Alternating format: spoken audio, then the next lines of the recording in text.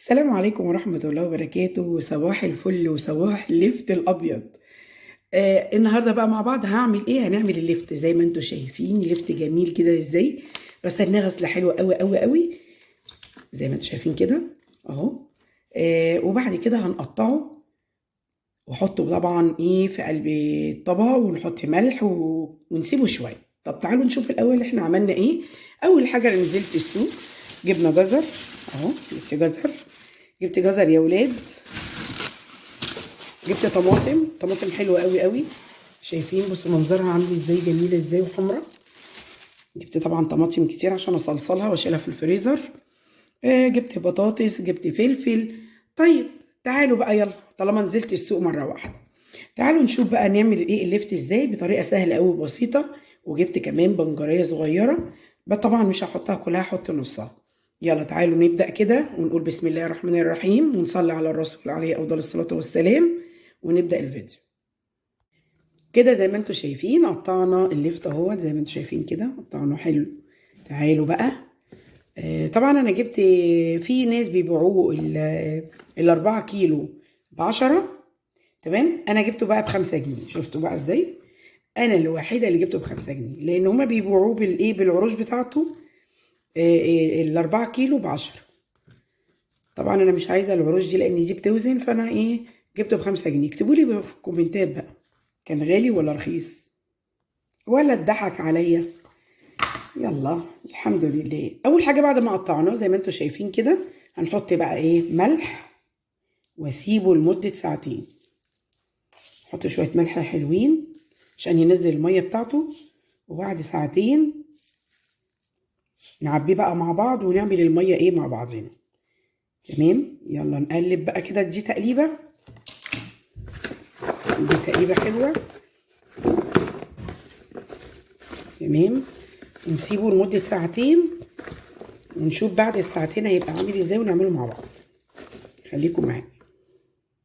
زي ما انتوا شايفين انا كده حطيته في ايه، في مصفى. بعد ما حطينا الملح فيه طلع المية اللي فيه.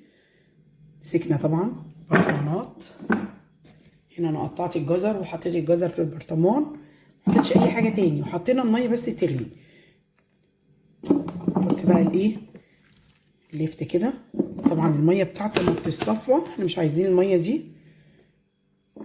المية اللي غليناها.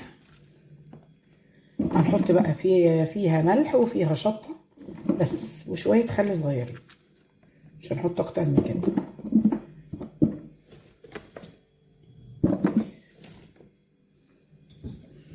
نحط بقى الايه، المية زي ما انتم شايفين كده هي غليت.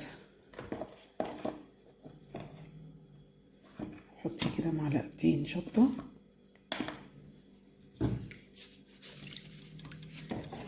ملح، ونقلب.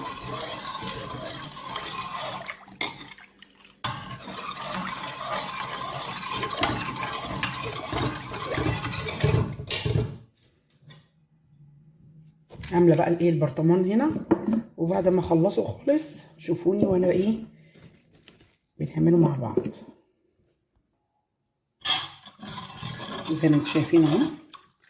نحط بقى الايه، الميه. بسم الله الرحمن الرحيم.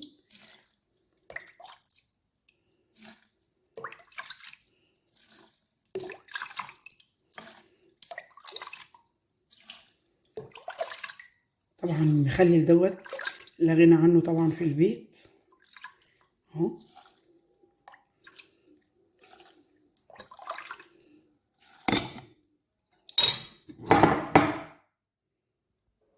زي ما انتوا شايفين انا كده خلصت اهو.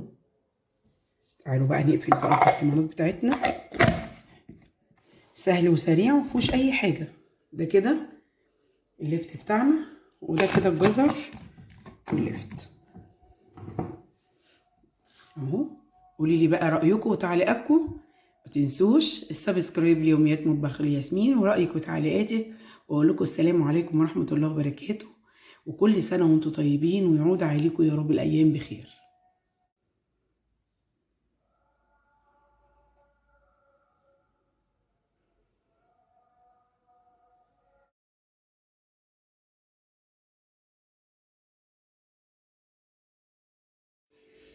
زي ما انتوا شايفين كده. طبعا بعد الايه اللفت ما تخلل، والجزر طبعا اللفت اهو شايفين اهو. الطعم كمان مش قادره اوصف لكم، غير اللون الطعم حكايه. جربوه بالطريقه دي هتعجبكم. وما تنسيش اللايك والسبسكرايب ليوميات مطبخ الياسمين. والسلام عليكم ورحمه الله وبركاته مع احلى متابعين.